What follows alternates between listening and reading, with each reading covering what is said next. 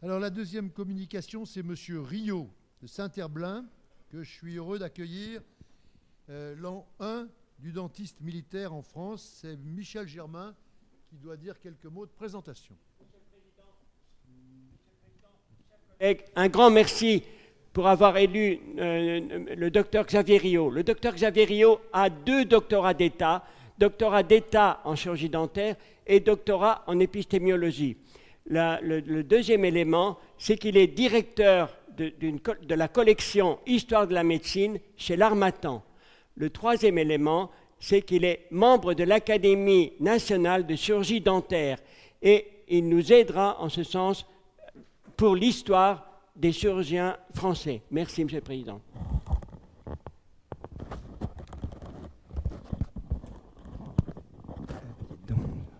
Ça sent bien, cosmonaute. Ouais, ça va aller. Monsieur le Président, bonjour, mes chers collègues. Je vais vous parler du dentiste militaire en France et son instauration en 1916. Je vais faire un petit survol de l'avant-guerre 14-18 et pendant la guerre, avec tout ce qui s'est fait très sommairement pendant ce conflit. Donc, brièvement, juste un repère, en 1839, c'est l'ouverture de l'école dentaire de Baltimore, les premiers cours sont tenus dans une église. En 1844, Horace Wells, sur la droite, utilise pour la première fois sur lui-même, pour l'extraction des dents de sagesse, le protoxyde d'azote. Et en 1846, Morton, qui avait travaillé chez Horace Wells, va utiliser l'éther sulfurique pour la première fois également, dans un hôpital du Massachusetts, mais il l'avait utilisé aussi sur lui auparavant. En France, en 1827, on a l'arrêt d'Elpuch qui va rendre le droit aux femmes d'exercer la chirurgie dentaire. En 1827, donc en 1880, l'école dentaire de Paris va ouvrir ses portes. En 1884, c'est l'école odontotechnique qui ouvre ses portes également. Et puis en 1892, une loi très importante pour nous les dentistes, la loi Brouardel, qui va conférer un statut aux dentistes en imposant une formation dans les facultés de médecine pour les dentistes, sanctionnée à la fin de la formation par des examens. Et puis en 1900, la Fédération dentaire nationale ouvre ses portes. C'est donc vraiment à l'entame de la guerre 14-18 une profession qui est balbutiante, qui va démarrer cette guerre. Et sur le plan militaire, le dentiste est simple soldat au début du XXe siècle. Il n'a peu incorporé les contingents sanitaires en jouant un rôle en tant que brancardier, en tant qu'infirmier. En 1900, il y a 2 services dentaires qui sont ouverts au Val-de-Grâce à Paris et à l'hôpital des Génettes à Lyon. Et puis les meilleurs élèves des écoles dentaires vont intégrer ces écoles au grade de soldat de 2e classe.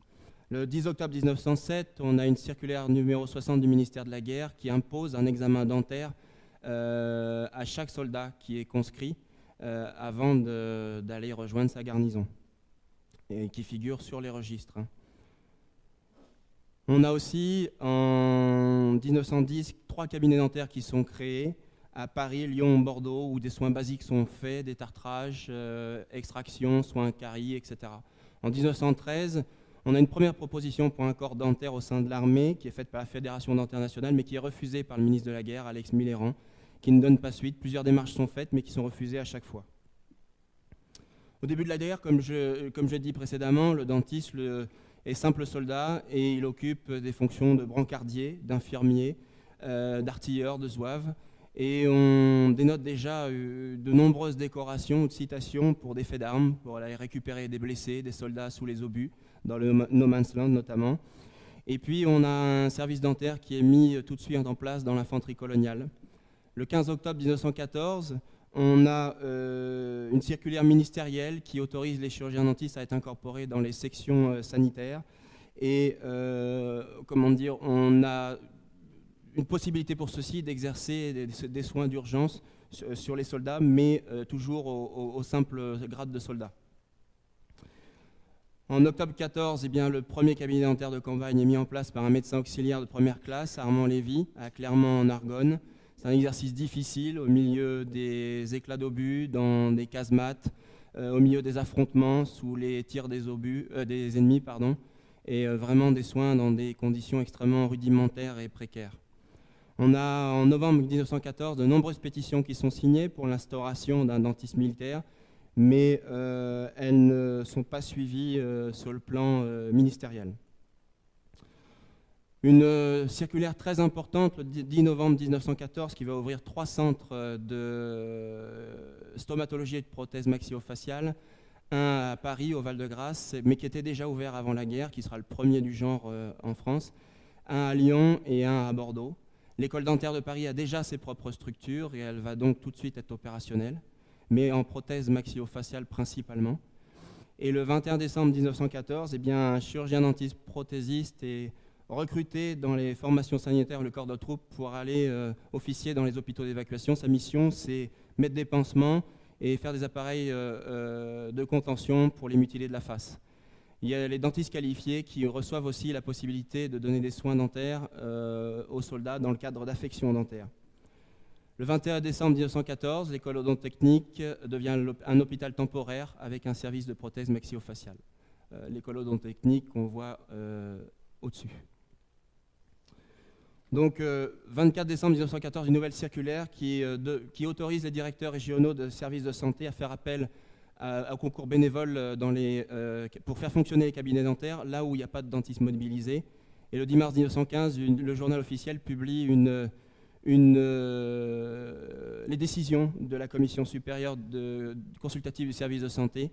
Il y aura un chirurgien dentiste qui sera affecté dans les régiments au service dentaire, une automobile dentaire, et avec un prothésiste et un dentiste pour les corps de troupe. Et puis les chirurgiens dentistes sans affectation rejoignent les contingents infirmiers. Mais cette mesure ne va pas être mise en place tout de suite.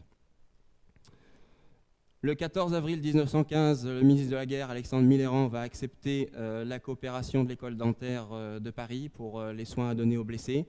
Le 10 mai, il va accepter l'aide du comité de secours pour les blessés de la face.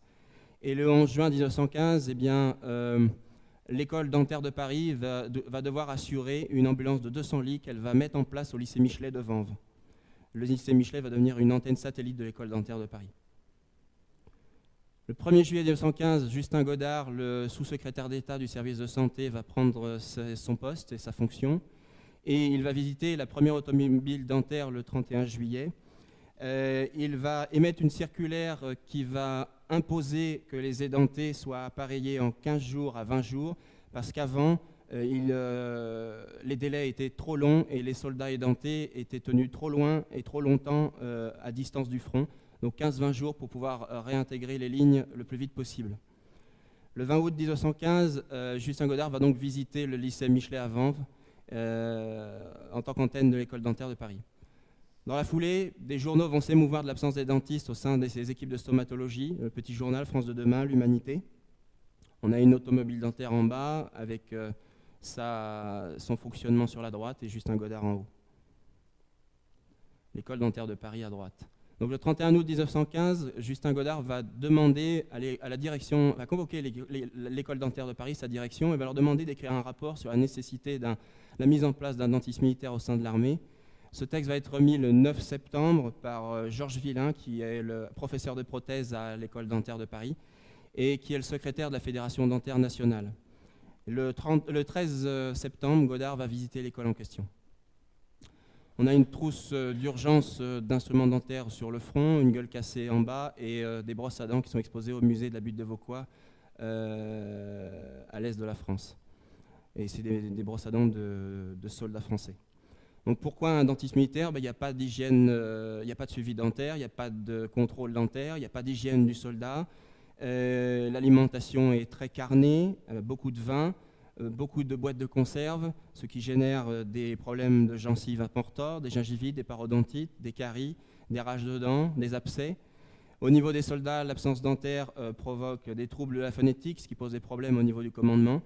Et puis bon, comme je vous l'ai dit, il n'y a pas d'absence, il n'y a pas de suivi dentaire. Les acteurs du décret de 1916, en haut, Raymond Poincaré, le président de la République, à droite, Joseph Galliani, le ministre de la Guerre, et à gauche, l'amiral Lacaze, le ministre de la Marine. Les acteurs dentaires, cette fois, En haut à droite, Georges Villain en tenue d'officier dentaire, qui est le secrétaire de la Fédération dentaire nationale, professeur de prothèse à l'École dentaire de Paris et futur président de la Fédération dentaire internationale. Et en bas, le docteur, Blatter, qui est président de la Fédération dentaire nationale et qui fait partie du bureau de la future Fédération dentaire internationale. Donc le 26 février 1916, Gallieni va remettre un rapport, le ministre de la Guerre, un rapport pour demander la création du dentisme militaire à Raymond Poincaré, que voici. Le jour même, Raymond Poincaré va officialiser la création du dentisme militaire dans un décret qui va paraître dans le journal officiel. 27 février 1916, Justin Godard va préciser qu'il y aura 1000 dentistes qui auront le grade d'adjudant, ils auront la tenue de l'adjudant infirmier avec un caducé argent avec une lettre D haute de 1 cm. Et ils seront sous la tutelle du ministère des Armées et de l'Intérieur et sous les ordres du médecin-chef de leur unité. Les premiers à avoir accès à ces postes sont les membres du corps enseignant, ensuite les diplômés et les réservistes. Ils sont tous porteurs du brassard de la Croix-Rouge, puisque les Français sont signataires de la Convention de Genève du 22 septembre 1864, à sa création donc. En janvier 1916, Blatter et Villain de la Fédération dentaire nationale vont se rendre auprès du ministre de la Marine, l'amiral Lacaze, pour demander la création d'un dentiste militaire au sein de la Marine. Le 1er mars 1916, à son tour, Lacaze va écrire un rapport à Raymond Poincaré, que voici toujours, demandant la création du dentiste de la Marine, chose que Poincaré va accorder immédiatement. Les dentistes de la Marine vont être assimilés aux médecins auxiliaires avec la même tenue et leurs insignes. Et dès l'apparition de ce décret, la Fédération dentaire nationale va s'empresser d'annoncer publiquement et officiellement la chose. Le 4 mars 1916, le journal officiel va publier un décret qui va préciser que le ministre de la Marine est autorisé à recruter des dentistes pour seconder les médecins de la Marine. Et pour ceux qui ne sont pas affectés, un autre décret va affecter les dentistes à des sections d'infirmiers. En 1916, le 9 juin, on a la véritable charte des dentistes militaires qui est mise en place et qui va organiser plutôt les centres de prothèses et de chirurgie maxillofaciale, les centres dédentés et les cabinets dentaires de garnison, du moins sur le point de vue de l'organisation. Le 1er décembre 1916, Lacaze va solliciter à nouveau Poincaré pour demander que les dentistes puissent avoir des possibilités d'avancement identiques aux médecins, ce que Poincaré va accorder le 2 décembre. Et le 6 décembre 1916, Lacaze va prier tous les commandants en chef, les vice-amiraux, les préfets maritimes, d'envoyer une liste de dentistes susceptibles de monter à un grade supérieur et d'avoir donc une promotion selon les consignes de Poincaré. Un événement majeur, le congrès dentaire interallié, qui va voir tous les centres de chirurgie maxillofaciale de France désertés pour un temps, le temps de ce congrès, qui va se tenir du 9 au 13 novembre 1916, qui va être organisé par Georges Villain, le secrétaire de la Fédération dentaire nationale, qui va se tenir à l'École dentaire de Paris, au 45 de la Tour d'Auvergne, et dont l'Assemblée générale sera le 13 novembre. La séance solennelle va être présidée par Justin Godard. Il y a des visites dans tous les centres de restauration maxillofaciale de Paris qui vont être organisées du 14 au 18. Et puis des expositions de matériel, de prothèses, de plâtres qui ont été prises dans la bouche des blessés, qui ont été mises en bouche chez les blessés de la face. Les actes du congrès vont être publiés en 1917, un an après. 1600 pages, 1100 illustrations. Et ce congrès a un succès phénoménal. Mais il va ralentir un peu la chirurgie maxillofaciale en France, car comme je l'ai dit, les centres ont été désertés pour que les praticiens assistent au congrès. Bon, à droite, vous avez en bas le service de stomatologie du Val-de-Grâce et en haut la salle principale des blessés de la face du Val-de-Grâce. Donc les écoles dentaires vont organiser des centres d'appareillage pour les maladies opératoires en partenariat avec les hôpitaux militaires et les centres de stomatologie de Paris. Le 10 mars, Godard va décréter la gratuité des prothèses dentaires pour les officiers et les sous-officiers. Et le 7 avril, un dentisme militaire régimentaire va être créé. En 1917, à la fin de l'année, 50 dentistes militaires sont recensés, ce qui reste très peu compte tenu du nombre de soldats engagés dans les conflits. En juillet 1917, une circulaire informe les dentistes qui vont recevoir tout le matériel requis pour faire les soins.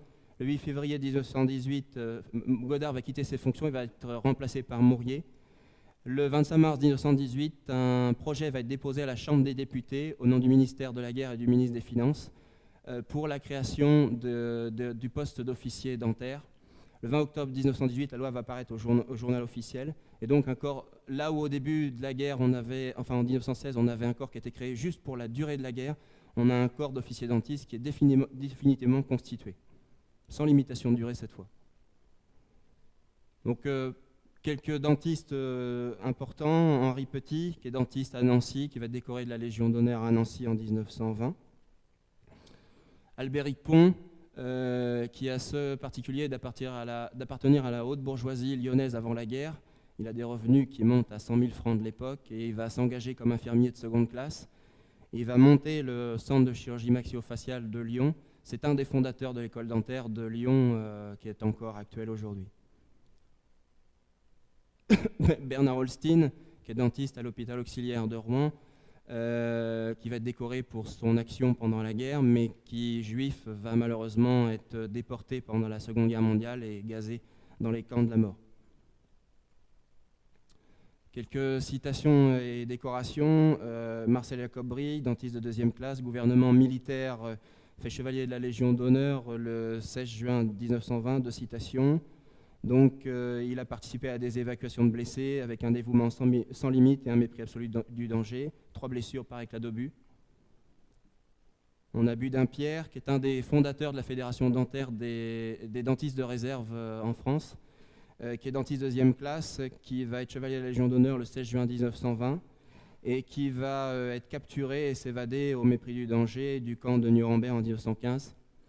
Et donc, il a eu une attitude très noble pendant sa captivité. Daliès Jean-Jules, dentiste auxiliaire de réserve au 18e corps d'armée, qui va recevoir la médaille militaire en 1921 et qu'il n'a pas cessé de montrer le plus grand dévouement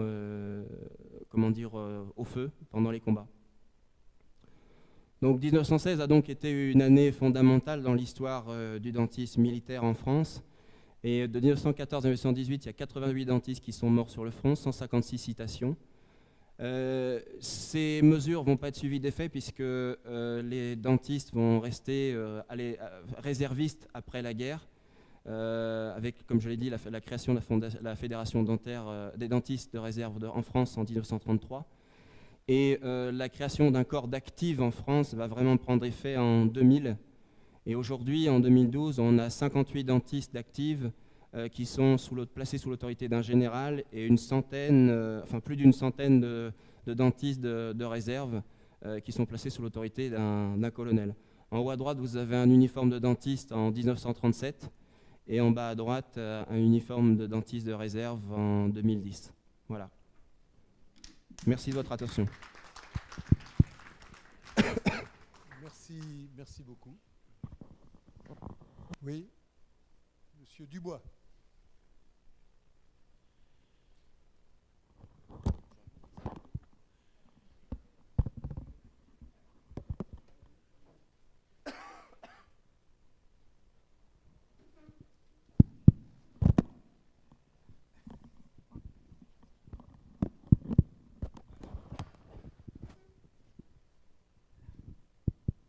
Non, c'est juste un témoignage parce que mon grand-père, justement, était dentiste en 1914, mobilisé comme 2e classe, et il était affecté au Val-de-Grâce dans le service d'un chirurgien des hôpitaux de Paris qui s'appelait Sébillot et qui a créé le premier service, je crois, et ensuite est devenu Otorino, et qui s'était entouré de dentistes justement pour ce service qu'on appelait les gueules cassées. Pardon ? Avec Morestin, oui, mais également Sébillot, c'est celui dont parlait... Oui, oui.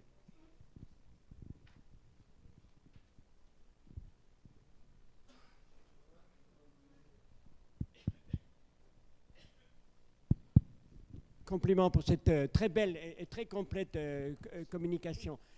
Pouvez-vous préciser pourquoi il a fallu attendre 1916 pour créer un service de santé des dentistes ?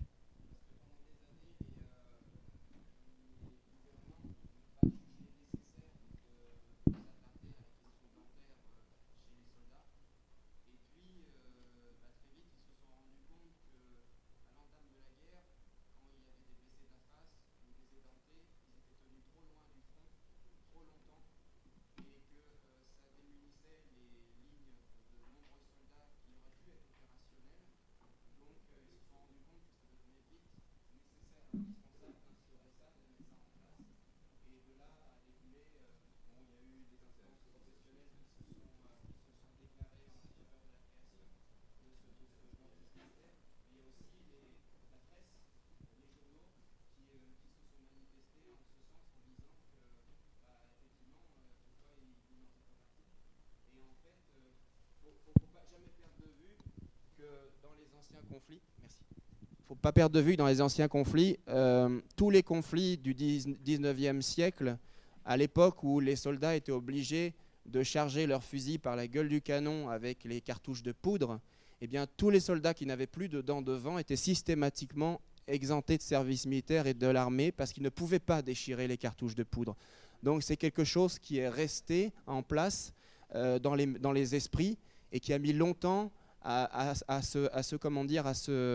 s'enlever, à disparaître, de manière à ce que on évolue en se disant bah oui, on peut les appareiller, on n'a plus besoin de charger les fusils par la gueule, et donc ils peuvent devenir très vite à nouveau opérationnels pour aller se battre sur le front. Et de là, il a fallu un certain temps pour que ça se mette en place et que ça s'instaure. Mais dans l'esprit, dès 1914-1915, les choses sont déjà potentiellement claires et nettes pour tout le monde, même s'il y a des blocages administratifs.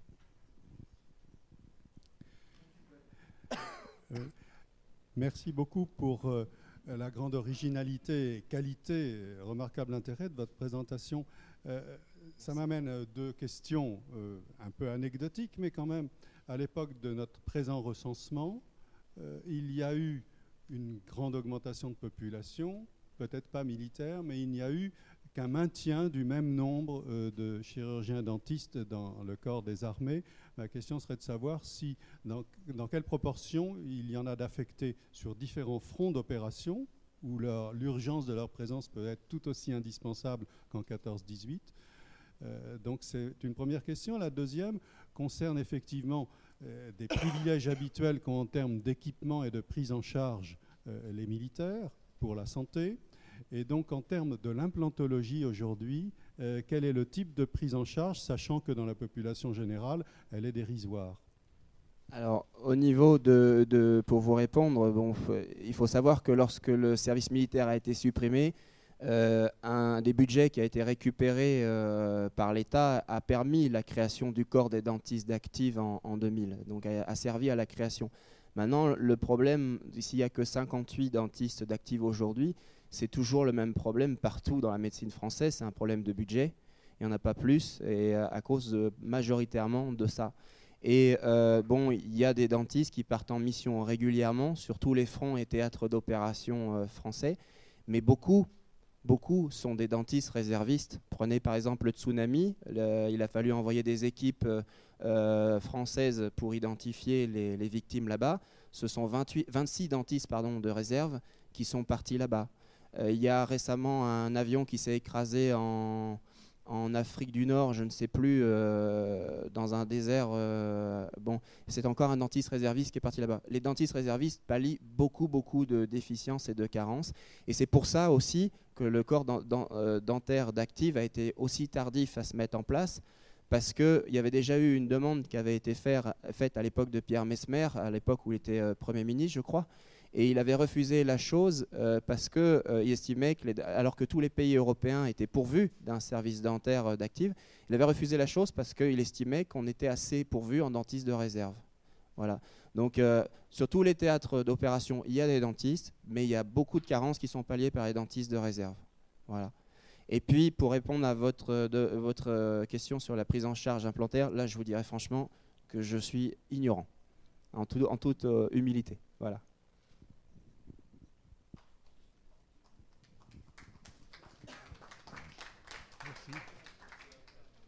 Merci beaucoup.